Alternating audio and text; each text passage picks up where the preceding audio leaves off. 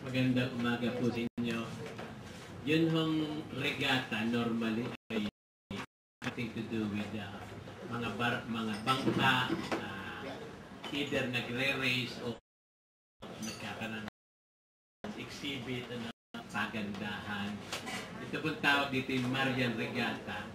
This is not the first time nagawa na yung lugar.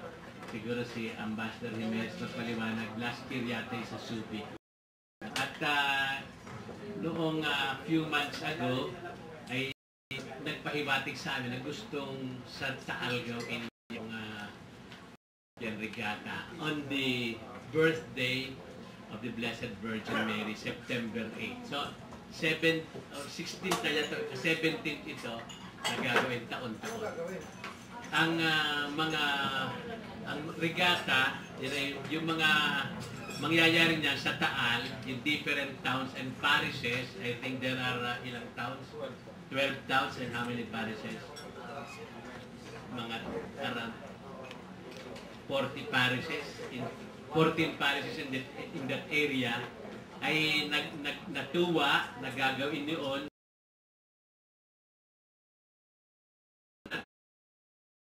sa bandang gitna ng sa may volcano, ikot while praying. This should be, first of all, a prayerful event sa karangalan ng Mahal na Birhen.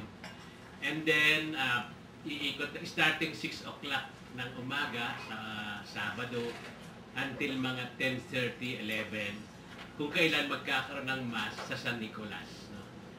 Ang mangunguna dyan ay ang Reyna ng Batangan. Yan ang Our Lady of Kaysasay, 408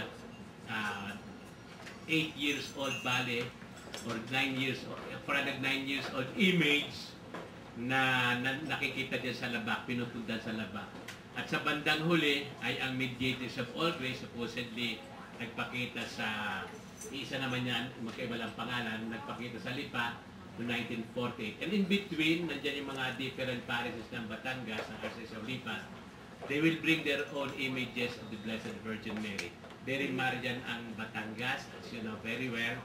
And we know very well that we are blessed, and we continue to ask blessing from God to the Blessed Virgin Mary. Isang blessing hinihingi namin, by the way, sabi ng Cardinal Taal Lake and Volcano is the identity of the Batanggenyo. Kaya kapag ang lake ng Taal at saka ang volcano will be masisira, kasiraan niya ng mga Batanggenyo.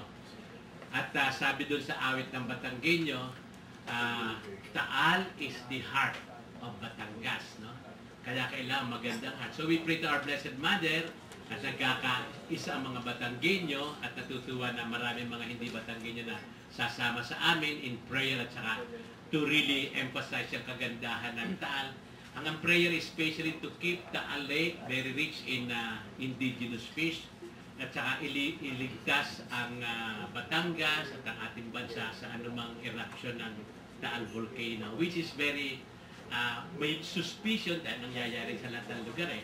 So we pray that the Taal Volcano, which is always an active volcano, will be magte-tame ng peaceful through the help of friends together. So itong event na ito, whole day actually ito, pero yung sa dagat ay sa umaga lang, sapagkat sa hapon ay treacherous ang tubig, no? Sa hapon, ihahatid ang Mahal na Birhen ng Kaysasay sa Laba, at saka ang Mediators sa Lipa, pero patuloy yung mga civic and cultural mga activities. Ito ay organized para sa faith, sa religion. Pero ang maganda dyan, nung malaman ng government, nakiisa sila. Nag-umpisa sa mayor at sa mga yung private sector, yan sila. Kaya gumanda. Ngayon, San Nicolas, dahil ang unang enthusiastic ay yung pare ng San Nicolas. Pangalawa, si Pepe ay taga San Nicolas din yan. At siya ang unang nang marinig niya, tuwan-tuwa agad siya, bago yung mayor nila. Pero talagang, noong una, inisip namin sa Talisay, kasi hindi naman namin alam kung ng talagang maganda dahil kami taga sa Loob. Pero sila nag-usap-usap. Bago sila nagkasundo na San Nicolas mag-umpisa. Bakit ninyo napili yung tema for peace, family, and life? palagay ko yun ang dapat nating bigyang pansin kasi ito ang magiging kaibahan na talagang ang focal point, Marian ito, pero nakatuon sa kapayapaan, pamilya at buhay. Maybe you can expound on that more. Yan po ang nasa program ng Archdiocese all the while. At ang dalangin nga, miski yung Blessed Mother, at tuwing Webeso, yan sa Webeso ulit, first Thursday, kami may intensive prayer for peace and sanctification of priests. Magkasama ko yan eh. Kapag ang priest ay banal, nangangaral tungkol sa Diyos, magkakaroon ng kaayusan dahil ang peace ay batay sa pagiging makadiyos. Eh, no? Yan ang problema ng mundo. Kaya ang Blessed Mother, whether in Fatima, or diyan sa Akita, or diyan sa Nadju, or sa Kibeho, or sa Betania sa Venezuela, or in Lipa, lagi hinihingi niya, pray for world peace. Na. Then secondly, bakit family and life? Ayan ang issue sa buong mundo eh, especially in the Philippines. Bakit walang kapayapaan? Dahil walang Diyos. Bakit walang Diyos? Sapagkat sinisira ang pamilya, sapagkat walang galang sa life. Life is a gift from God, the primary gift ng God. No?